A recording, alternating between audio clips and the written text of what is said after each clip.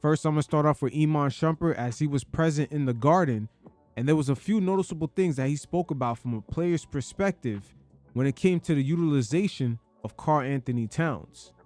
When you look at teams like the Oklahoma City Thunder, who love to play small, Karl Anthony Towns cooking up in, let's say, an NBA Finals matchup going up against them would be one of the main keys for the Knicks to win a series like that. But Iman gave great insight to how he thought the Knicks were not necessarily utilizing Karl Anthony Towns to his full potential. You guys check it out, and every once in a while, I'll check in.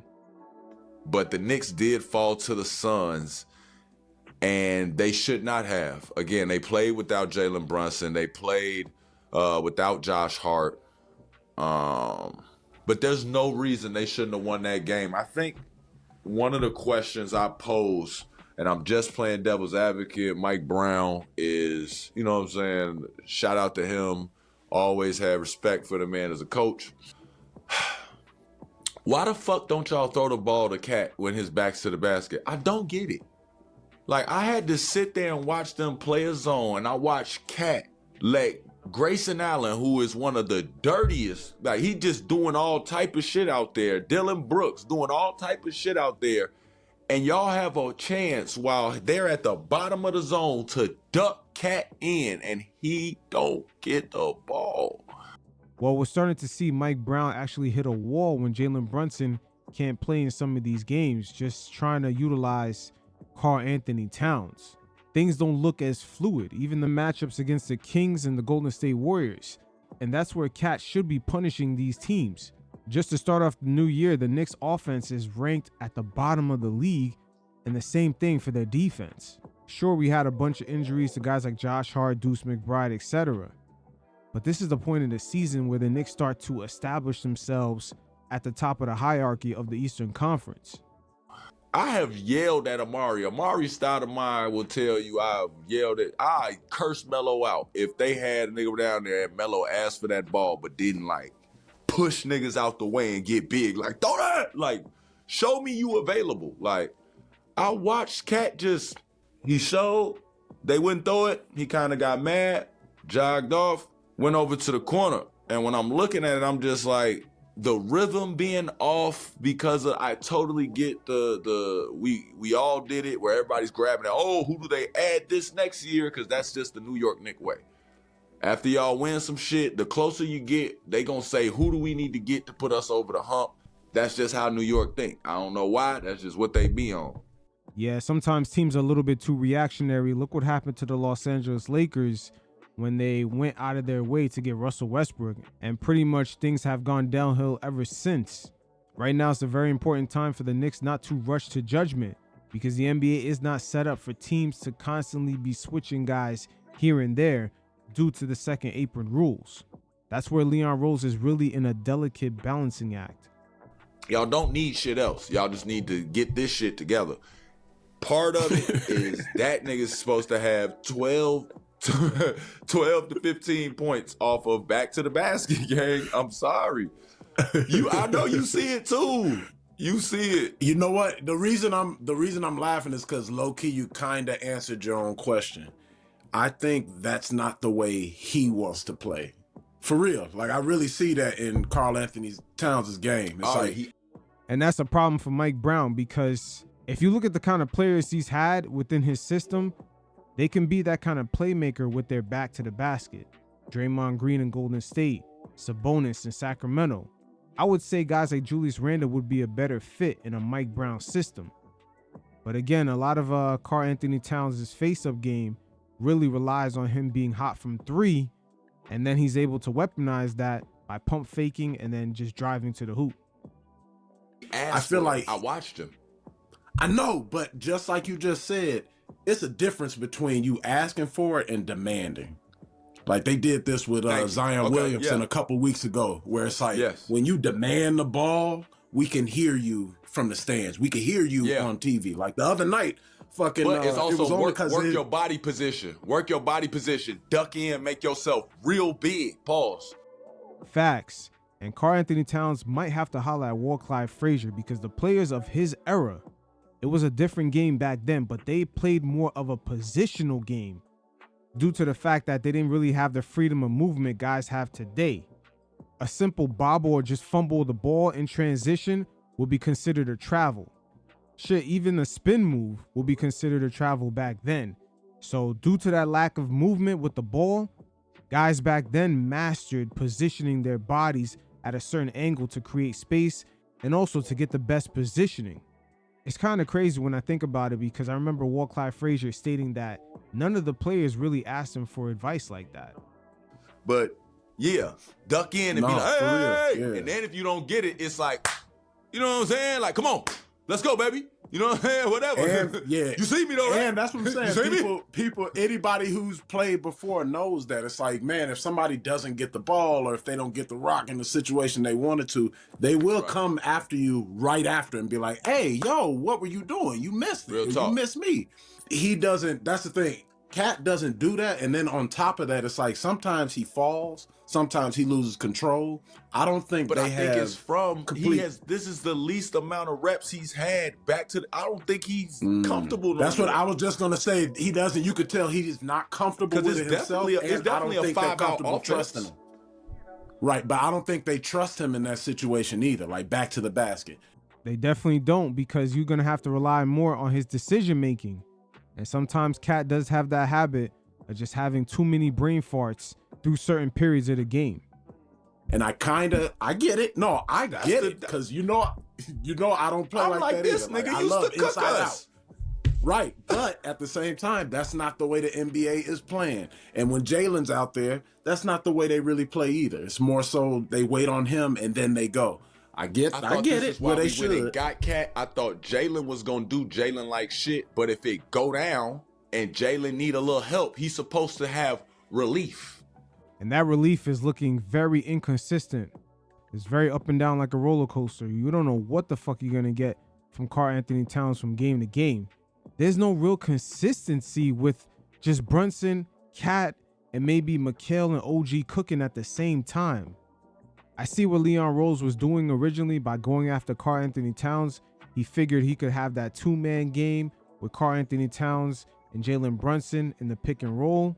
But right now, being 2 seasons in, I would say Hartenstein's pick and roll with Jalen Brunson in that 2024 season, after Julius Randle had went out, that two-man game had a lot more chemistry than anything Cat and JB's had in the past 2 seasons. That's supposed to be boom.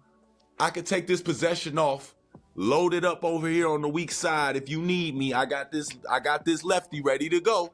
But Cat, do your thing. That's your kill. During this slump, I don't think it needs to be a panic at all. There's no panic happening. I think there needs to be an awareness for Jalen Brunson. I think Jalen Brunson took notes. That's the one thing that's really cool about Jalen Brunson. He wasn't like screaming and doing the most. I've seen him at times where his body language is a little, you know what I'm saying, discouraged at times when he can't pull a rabbit out the hat. But the way that motherfucker takes a challenge, bravo. I really love how he take a challenge. Another challenge for him is probably going to have to be to get Karl-Anthony Towns the ball in his spots. Matter of fact, that's really a challenge for Mike Brown. The fact that Cat didn't even make the All-Star game, it's not a good sign. Not a good sign at all. And you got to wonder if Cat is really discouraged by this. He sees his numbers dipping down. He's getting a lot of the blame. And he was consistently making the All-Star team in the past 4 seasons. And now in a depleted Eastern Conference, he doesn't even get a nod. Cat's challenge is going to be finding his rhythm without having to rely on that 3-ball. Because at the end of that game, you could tell he didn't have a rhythm. And he didn't feel like relying on that 3-ball. And I don't think they did anything to help him. I don't know if there is something they could do to help him that won't disturb the offense. But I know that Cat is good for a couple of jump hooks, and his whole swag changes once he gets in there to mix it up. If you remember in the playoffs, his best games, them 30 balls, they all came from him driving closeouts, playing 6 to 18 feet, face up, get by somebody. I have to get by you, hook shot. Like, that's his game. And the 3-point shooting is what really opens that up for him. Once he starts getting it going, teams really become compromised because they don't want him getting those off, and he just pump fakes and just blow bys most of the centers. fucking Cat, he's really good at going downhill in a straight line, but he can't move side to side like that, especially defending. Him to stay within that. Like, I know he can shoot the ball, and I know what the new NBA is, but what the fuck did they get to the NBA doing this for if they all got to turn into an overseas motherfucker? I don't get that. Like, half of these motherfuckers have highlights in college games that are not suited for this NBA game, but they all have to get here, and we all have to be. Hey, welcome to the analytical era. It was already bad that the NBA was a copycat league, but now they're trying to fit everyone in this one box. And it's not just the NBA, it's multiple industries where there's just no real excitement or innovation because everyone's just trying to do what was already done before, and they're trying to do it at the highest efficiency possible. Ask yourself this: when was the last time you were excited for, like, I don't know, a brand new clothing release or a brand new song that dropped or even a movie or a piece of artwork? Everything right now is really copy and paste. I'm talking about that real excitement when you know you found something dope and very unique. Here we all have to be, you know what I'm saying, 6'8" with an accent. I'm glad you said threes. It because that's really what I feel like is a problem in the NBA, and I feel like it stagnates a lot of progression and a lot of development for younger players. Not to say Cat's one of the younger players, but at the same time, it's kind of fucking up the way that he views, his role and what he needs to do, in order for New York to be effective. And that window was already a tight window with Cat because on the offensive end, he had to been cooking because defensively, it's almost like everyone is trying to make up for just his lack of mobility and awareness.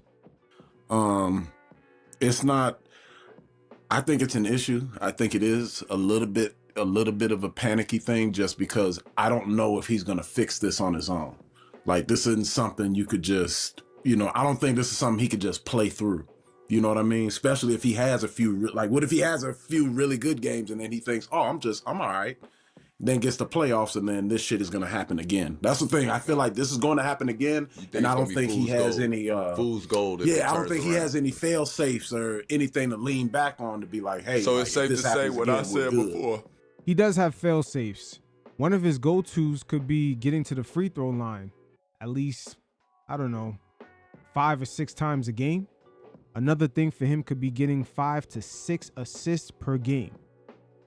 Like, until they get that pick and roll, that 1-5 tandem down, it's tough for him. Hey, Leon Rose is going to have to re-examine that idea. I understand you were kind of going for the pick and roll that was dominating the league around 2019 to, I would say, 2023. That Jamal Murray, Jokic, that Tyrese Maxey, Embiid. But the league is slowly pivoted away from that as teams have a lot of players that are making decisions and just the overall play style is a lot different. Yeah, you in trouble. It's you crazy. In trouble. And the league is on notice at this point. I swear I'll be speaking the truth. The only way the 1-5 don't work is if y'all go John Stockton, Karl Malone. Pick and roll, see if we got the pocket pass. If not, it's either your kill or my kill. Who got the matchup?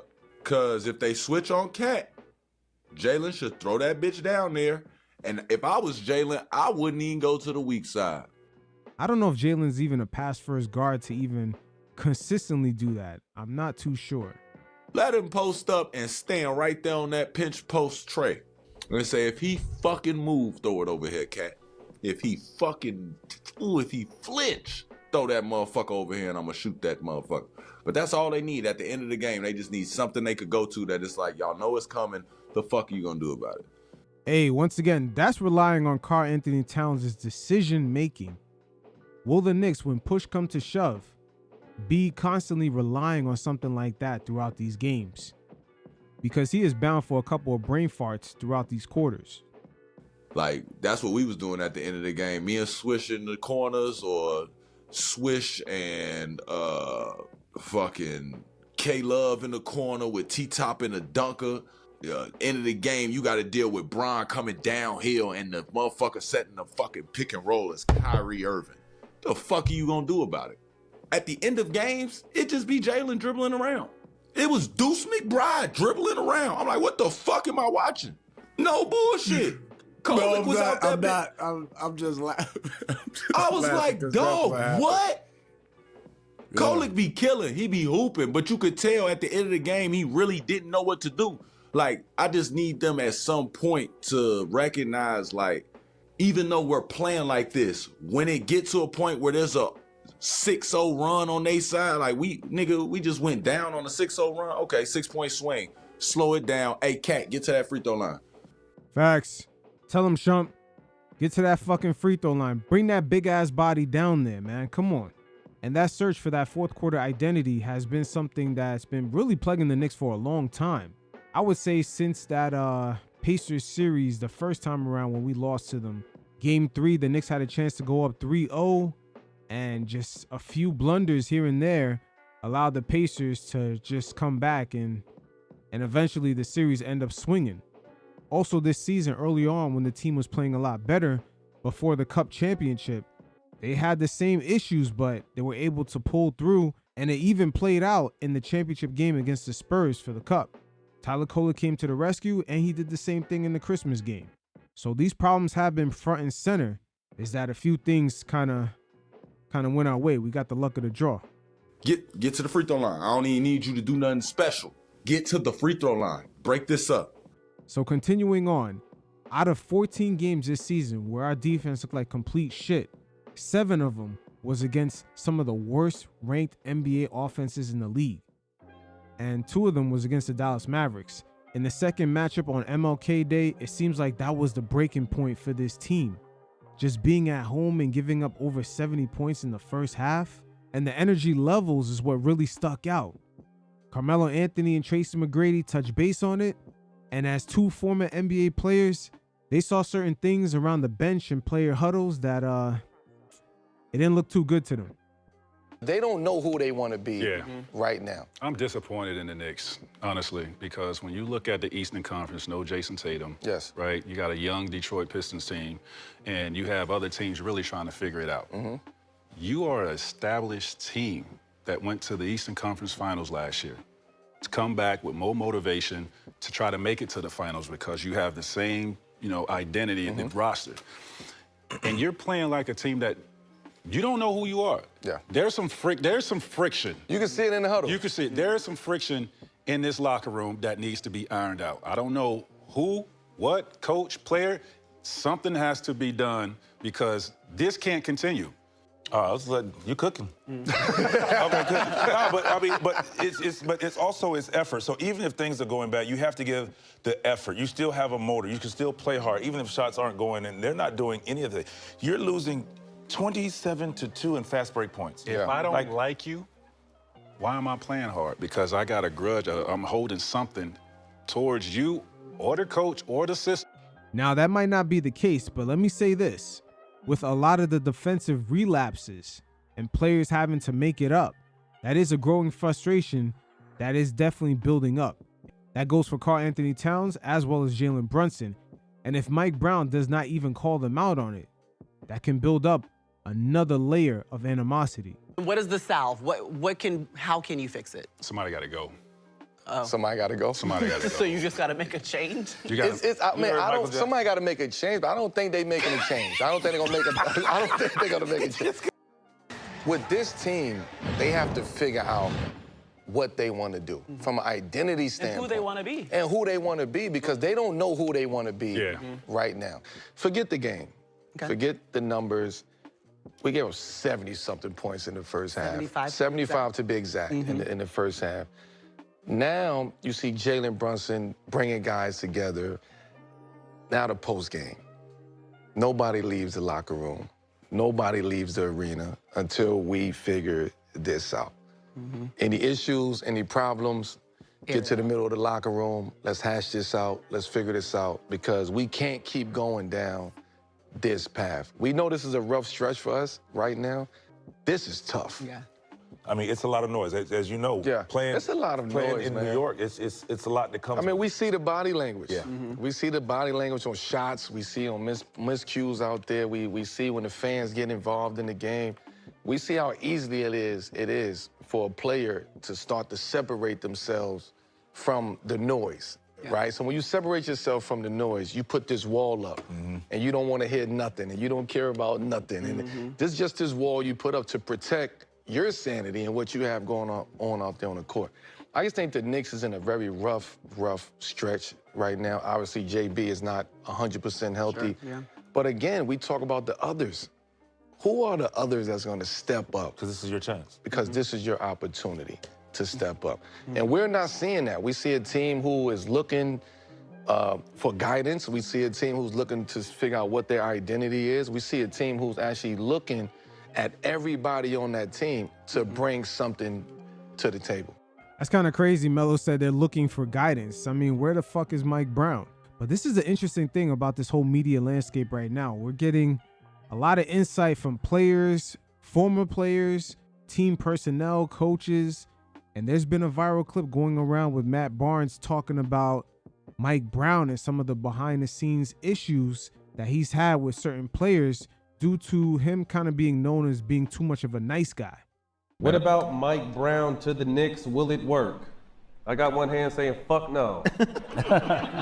The one thing about Mike Brown is that first year It's always good. Mike is a great exactly. person. He's just, to me, he's not a leader of men. You have to be, I couldn't imagine it now because these kids are making so much money. You have to have the respect of them. And I think Mike is such a nice guy. That's what fucks Mike up. Mike wants to be cool with everyone instead of putting his foot down like, this is my team, this is what's going on. So that's why I feel like I've seen it. He was my coach with the Lakers. We had Mike after Phil Jackson retired. And when I tell you, rest in peace to my dog Kobe and Ron Artest, they walked all over that motherfucker. They used to sub themselves in and out of games. I'm just like, oh shit. Hey, you was about to try it, like, hold on, let me. I knew better. I'm a little crazy, I'm not stupid. I'm crazy, I'm not stupid. I know I can't sub my motherfucking self in the game, and then he came to, I think he learned a lot in Golden State underneath Steve Kerr. I think Mike Brown is a great second chair. Because when you sit in that second chair, if this is the first chair, when I tell you there's such a night and day difference sitting in the head coaching chair, I think Mike is a great assistant coach. I wish him the best, but I've seen it firsthand in Sacramento. His first year came in, brought Golden State's system. They made the playoffs for the first time, and Price and Salati were born, and then he lost the respect of the team quickly. So now you're going to a New York media market that's trying to eat you up. Every mistake, Mike is a good guy. I just don't think the situation is going to work because he's too nice for his own good. Hey, Mike Brown's definitely going to have to lay down the law with the Knicks because this whole lineup, just this whole roster construction by Leon Rose, it has a lot of holes in it. The Karl Anthony Towns defensive, mishaps. Same thing for Jalen Brunson, just kind of compromising that defense. Then you got guys like Josh Hart who play good defense, but sometimes you really can't shoot. Same thing for Mikal Bridges. He's up and down. And the Knicks don't have a lot of athleticism in the backcourt and coming off the bench. Plus, everyone is really 6'5" and kind of below. So there's still a lot of holes in this roster Leon Rose has to fix. And Mike Brown to just wheel these guys in, especially to ratchet up the physicality due to the lack of size we have. He's going to have to put his foot down on a lot of shit, especially Karl Towns having too many brain farts. Speaking of Karl Anthony Towns, DeMarcus Cousins gives great insight on some of the internal scouting reports and what they say about Karl Anthony Towns. This Knicks squad this season has a lot of layers to them. If anybody y'all should be mad at, it should be Cat. He should be defending himself. Stop letting these players punk you, bro. Like, it's simple as that. Are you victim blaming right now, Boogie? No, I'm calling the facts out. If you want to be angry at anybody, it should be Cat. Okay. Get up and stand up for yourself. The Sky Report is the punk Cat. Does everybody up here know that? Now, right there, DeMarcus Cousins asked Chandler Parsons and Lemon Pepper Lou. They don't want to confirm or deny. Shit. Them boys got their strongest poker face on right now. If one thing, these NBA players, when they do this media shit, they do not like putting other guys' information on full blast because they probably got skeletons in their closet too that they don't want the public to know about. The Sky Report is the punk Cat. Does everybody up here know that? That's a quick scouting report. All right, so if anybody should be mad, it should be Cat. Stand up for yourself. Stop allowing these things to happen. Now, in my previous segment, I had brought up the same sort of sentiment that Udonis Haslem had towards Karl Anthony Towns and the seriousness to compete on a championship level. He alluded that the Minnesota Timberwolves didn't necessarily trade Karl Anthony Towns for financial reasons. It's really mainly because they don't really believe that they can win a championship with him on the team. Yeah, because he most couldn't trade of the teams Rudy. that go to the Western Conference Finals don't make moves to get better. That's what I'm saying. Yeah. Just like the Florida Panthers. Yeah, they usually By the way, the bring the whole team championship back. Florida Panthers But he went to the Stanley Cup 2 years ago, lost, and made moves to get better, and came back and won the next year. Most of the time when you get there, all you say is let's run it back. I was just Especially saying to get that that, close. like he was in a, to me it was a unique spot because if you say he won the trade and he easily could have, I mean it's always gonna be fun to see. Who knows what that draft pick they got? I They got a draft know, pick but in there, I too. guess what I'm saying is like he had to do it financially because Cat had always like on the books they're gonna get killed financially, so he had to make those kind of moves too now. You know what I mean? So it's interesting how he did that. Listen, Killer, that sound good, but if the Cat was guaranteed to take them to the championship, you pay that tab, you get your ring. 100%. So I don't, clearly, the financial moves was based off. I'm saying we ain't winning with this. I'm saying you're playing chess now. We ain't winning You're with playing this. chess now. That's what he said. We ain't winning with this. Yeah, you said it Now you got. I don't know about the rest of the team, but you got at least 3 on that squad that gonna let their nuts hang. Mm-hmm. Anthony Edwards ain't no motherfucking dog. I mean, ain't no punk. He a dog. DiVincenzo is a dog, and Randall is a dog. That shit matters in the Rudy, playoffs. coach, I like That shit matters in the finals. And that very same aura that Unc is talking about right here, we all felt it at the start of last season. The team didn't necessarily have the same toughness as in the previous season with Isaiah Hartenstein, Randall being there, and Dante. We were missing a lot of sazon. I mean, goddamn, you got Draymond Green talking shit, and the Golden State Warriors could barely make the play-in in the past 3 seasons. What the fuck is going on here? I think Cat going there plays better off of Brunson. Brunson's a ball dominant guy. Julius Randle's a ball dominant guy. Cat's more of a catch and shoot 3, unfortunately. They're trying to put him in that post a little bit. So I think the Knicks got better. I'm with him. I don't think it pushed them, but I think, Brunson and Julius Randle, when they played their best basketball, Julius Randle was actually hurt. Yes. So, Julius Randle's a great talent. Brunson's obviously a great talent. Both ball dominant guys. I think Brunson and Cat can play off each other a lot better than Julius Randle and Jalen Brunson can. Now that part right there is what Leon Rose will have to examine, because when this trade was initially made, we all thought we was going to see a lot of JB and Cat pick and roll, and it was going to compromise a lot of these defenses. And that synergy is something that we really haven't seen. I mean, this is year 2, midway year 2, and that pick and roll dynamic is just, it really hasn't bear fruit like that. So Leon Rose definitely is going to have to reassess that train of thought. And the league also has pivoted. This is a completely different era. The level of talent of these role players are slowly closing the gap between co-star and role player. With basketball itself becoming the global sport, there's just a lot of gems in the late first round, second rounds, and even undrafted. So in today's league, there's a lot of teams that have at least 4 or 5 guys who could defend multiple positions. So that ball dominant guard just running pick and roll, it gets not only predictable, but easier to defend with these type of versatile wing players. Man, but he talking. It's the truth. He talking that X's and O's. When you getting a 7-game series in the playoffs, X and O. Hold on. Vic, can I start off by saying I actually listened to what he said? I think he's right. Damn, Steve Kerr. If you do this and move that around and this all that. So hold on. Okay, man. let me hit you one back. You don't think that Cat and Brunson are better paired up than Julius Randle and Brunson? I do. Okay, I think well they're then better paired up. Yeah, But we that's can both just- be right. Yeah, we okay, can but both at be the right. end of the day, all the better pair. I don't give a fuck about the better pair. That shit gonna win. Is that shit gonna get it done? I agree with you though. I don't think it either moves it over. I just And think once that again, this is what we do all taking the time. away, taking away from the trade, missing Hartenstein is gonna hurt them. Bro, right when you said it, promise you. they removed. Facts, and that's something that Leon Rose is going to have to assess. Once again, like I said before, that pick and roll combination with JB and Hartenstein, it looks a lot more fluid than I would say. This is almost 2 years in with this Karl Anthony Towns experience. You would never think that, but my man Hartenstein, he built up a nice chemistry with Brunson after Julius Randle went out and he was starting, and it all kind of culminated in that 76ers series. Hartenstein just knew where to be, making great decisions as the roller, knew where to set the screens, and JB was putting on a masterclass within that. He just knew exactly where to be. He knew when JB was going to reject certain screens. They were just setting guys up even before the pick even came. Very underrated dynamic between the two. And let me say this. Honestly, if things played out a little bit different, the Knicks had Hartenstein's bird rights and Julius Randle was healthy enough that season, I'd rather the Knicks had ran it back with that same exact team. If they were able to beat Embiid with all the injuries that we had and take it to 7 games with the Indiana Pacers, God knows what that team would have done had they been fully healthy. They removed all the Elmer's glue from the scenarios. Hartenstein, DiVincenzo, like the glues. Those are the guys, I'm with you. bro. Let me tell you something. Those are the guys that might not get the praise. Hey, if anyone values those type of guys, exactly.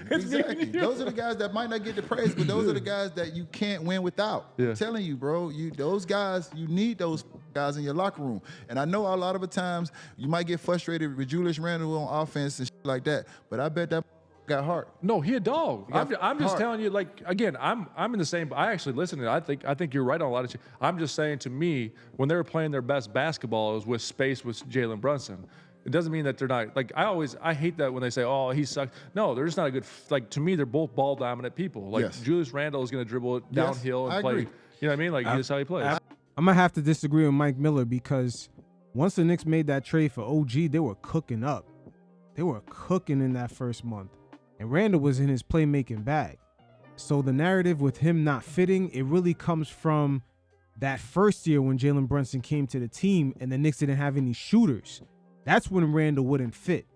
When you have RJ, Quentin Grimes bricking everything, and you have Josh Hart out there at the same time, then that fit wouldn't work. And I think Randle gets a lot of judgment off of that scenario instead of people talking about when they actually got OG in place of RJ, that run that the Knicks went on before, he had that shoulder injury against the Miami Heat. They never bring that fucking part up. Matter of fact, Randle still became an all-star, and he was about to make All-NBA, which would have been almost the same amount of times Karl Anthony Towns has made All-NBA. But it is what it is. Haters are going to hate. So continuing on, again, this is a multitude of layers, just how to overall fix these issues if they don't work out. Should the Knicks remain content? Should they not? Then after that trade deadline, they get the more difficult schedule. So how does Leon Rose really judge this? Does he stay on course and just not overreact? Or should he pull the trigger and make a move? We've seen teams before, like the Los Angeles Lakers with Russell Westbrook, just a little bit too reactionary, and it ended up costing them in the long run, versus other teams that were a little bit too slow to react, like the Philadelphia 76ers choosing Ben Simmons over Jimmy Butler. I'm always saying this, them hanging on to Ben Simmons a little bit too long cost Embiid an earlier championship window. You can also take a look at the Boston Celtics when they traded away the fan favorite Marcus Smart. That team was able to elevate with Jrue Holiday. Even the Toronto Raptors with their hometown favorite DeMar DeRozan, the whole time that was a championship team, but they just needed that 1A option in Kawhi Leonard. So this same situation right here could end up playing out for the Knicks. Do they need to take some of our favorite guys like Josh Hart and Deuce McBride to kind of trade them away for a more finished, more solid product that's good at both ends of the floor and just not falling into that trap of being content? Or is it too fucking fast to rush to judgment? Ironically, Rich Paul and Max Kellerman touch base on this when it comes to the Knicks, and there's a lot of doublespeak because it's really hard to pinpoint whether they're making a pitch to the Knicks with all the overpraising of Mike Brown and just the criticisms of Rob Pelinka not necessarily making any moves. Even though he has LeBron James and Luka, them boys down in Clutch Sports, they still do believe LeBron James can contribute to a highly competitive team. But again, this shit is just so multi-layered, and a lot of it's going to come down to the decision-making of Leon Rose. And Rich Paul not only sheds a light on it, he's slightly applying that pressure. But you guys check it out, and every once in a while, I'll check in. The ball is moving a lot more than it did in the Tibbs offense, but the bench is better. Evolution. The ball is moving. Adjustments are made. But I still late think, in games. I still think if I'm the Knicks and I'm looking at our situation, I'm saying, okay, we're good. We're good.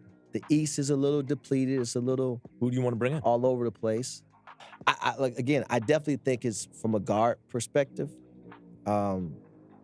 If you're dissecting, if you break it, what is your playoff rotation? Because you got to cut it to 8 or 9, right? Yeah, I think we know what it is. So if you're looking at that, I'm really looking at how do I improve the back four? Well, so who drops out? So you have your 5 starters plus Mitch, Clarkson, McBride, Kolick. That's where things kind of get gray, Max. Between Shamet, Kolick, Clarkson, once you start getting down that realm, everything is kind of gray area. And it leaves you to wonder if you could package some of those guys for a more solidified role player. Especially with Yabusele, man. He was supposed to provide that size for the Knicks to sort of deal with that Pascal Siakam issue that we had in the Eastern Conference Finals. But right now, we're way too fucking small. Who's dropping out of that? Well, you forgot Shamet too. Shamet, that's 5 guys. That's 5 guys. You're right. I mean, you could play 10. You're not playing 12. But you're not playing one of those 5. You're not playing if you're bringing in someone else. See, I think in the playoffs, right, and this is why depth matters. And I always say this to teams. And this is what players have to understand about being role players. In the playoffs, it's about each series and the style of the fight in each series. Right. There may be a playoff series where Clarkson matters, right? And you have to lean on that. But there also may be a playoff series where you need Kolick, you need 2 ball handlers. So it's about having that depth. When you say bring in a guard, are you talking about a guard who can also defend, a guard who can play make, a guard who can shoot? I think you're not going to get all those, or it's a star. No, I think so what are you looking at? I think a little bit more size. Okay. Right. Yeah, and that that's can a good idea. and that can also play with Brunson. Mm-hmm. I like Josh Hart starting, but Josh Hart's the type of player he's going to do whatever you ask him to do anyway. And This is the issue with the Knicks structurally. Josh Hart needs to shoot it better from long range. If Josh Hart shot the 3, like he's had a couple seasons in his career where if he's not doing it well enough. If he shot the 3 well enough, let's say at least 35% or above for the season, then they're okay. Then the starting 5 is the way you want it. The fact is, the reason you think that about Josh Hart, because he does everything else, is he doesn't shoot it well enough. Yeah, well, he's definitely doing a much better job this season, but the Knicks have way too many questions very similar to Josh Hart with other players. Deuce McBride, Mikal Bridges, OG Anunoby, how consistent will their shooting be? And then the lack of size with Tyler Kolick, Deuce McBride, Jordan Clarkson, Landry Shamet. And in a way, we could also put him with that you don't know what to expect when it comes to shooting from game to game.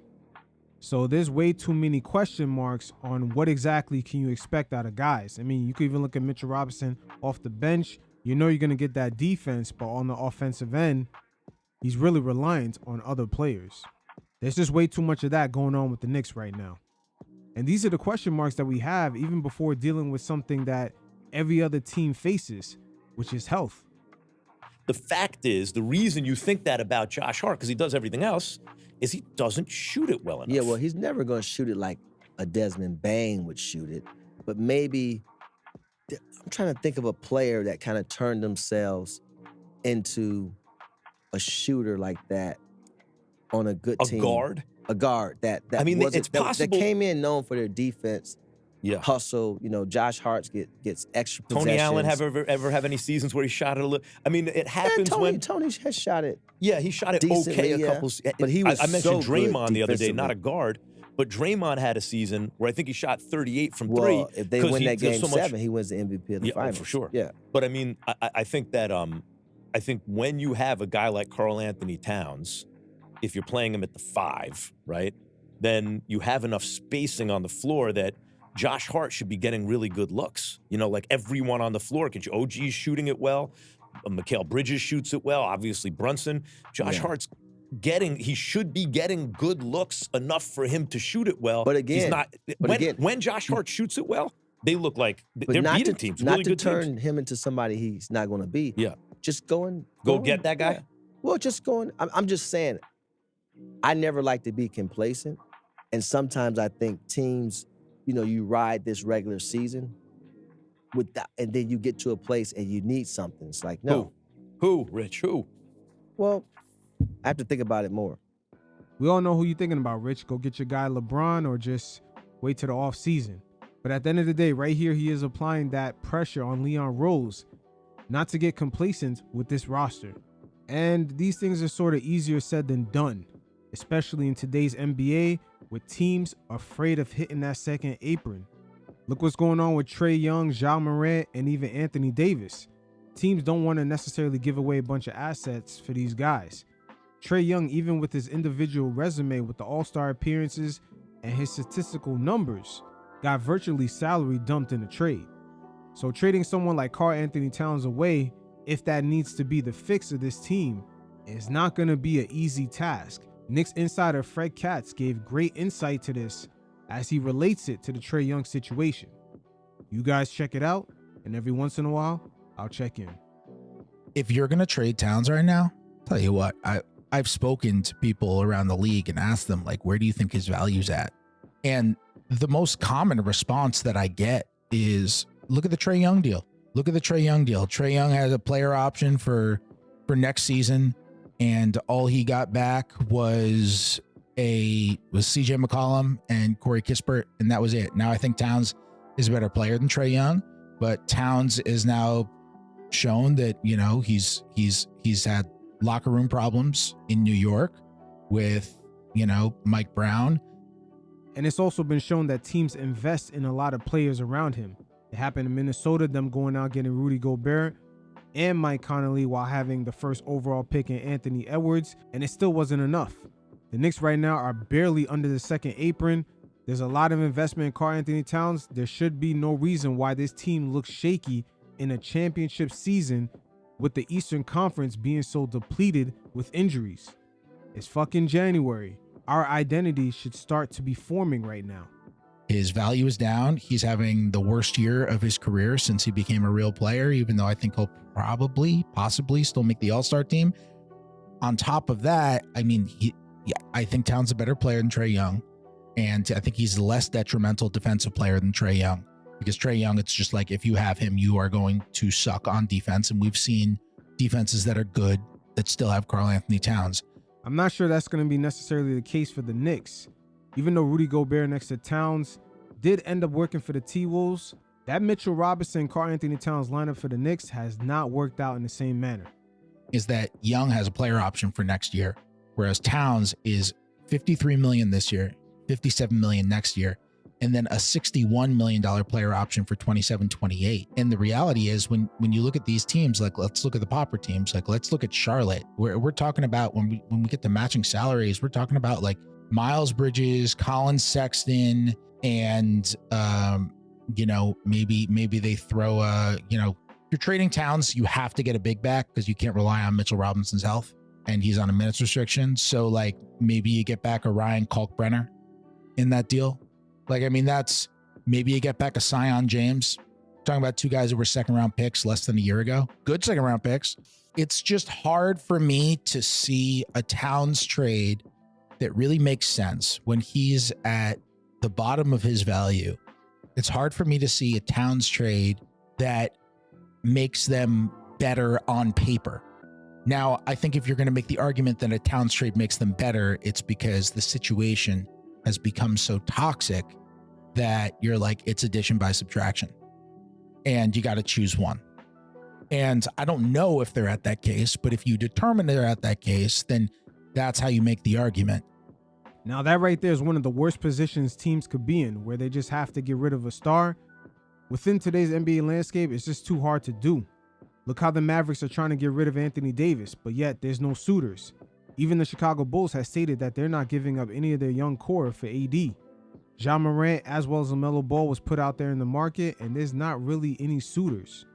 This is the new reality, fellas. Buckle up. But like, the Knicks are all about proper asset management. They're all about that. Are they really going to be like, oh yeah, Karl Towns for Miles Bridges, and let's put together the Utah core of Colin Sexton and Jordan Clarkson again? Like, are they really, that's what's going to happen here? Yeah. You know? Not in a rational world. Not in a rational world, but are we dealing with a different, like, can they hold to that standard and that thought process when you are a team that has to make the finals? I mean, when your owner comes out and says that, like, does that change Can you not stick to your principles as much as you would like to, given the expectations? And look, Karl Towns, I mean, he's missing shots in close, and he's missing his wide open threes at a rate where I just have to think, based on how he's played over the course of his career, that those numbers are going to change, and he's going to start making those shots, and then things look different. But you got to wonder, is it fucking mental? The fact that you're missing shots around the cup when you never did that throughout your whole career, like what the fuck is going on here? Again, if you don't come to that conclusion and you want to move him, it'll be interesting because Leon Rose, there's a deep relationship there. He was Karl Towns' agent. They're friendly. They're very close with the Towns family, William Wesley as well. And so there's that layer. I mean, do you send somebody who you have a very close relationship with, trade for him, and then a couple years later you send him out? With Karl Anthony Towns' history, that option of trading him was always on the table. The T-Wolves spent a lot of money to put a team around him, but yet you really can't say that him and Anthony Edwards were ever a duo out there in Minnesota. And the same thing is playing out right now here in New York. Where's the fucking synergy between him and Brunson? They're looking like Giannis and Dame out there. Just your turn, my turn, your turn, my turn. It shouldn't factor in to anything because this is a business, but I just wonder how much that would factor into any potential thought of moving Cat. I mean, look, I think it would. The Knicks historically have tried to do right by guys when they trade them. It's looking more like the Knicks are just going to have to buckle up and just figure it out, because the way the cap is just structured and the overall marketplace with other NBA teams, they're not trying to make moves to owe someone over $160 million the next 3 seasons. Even the losing teams don't want to touch that.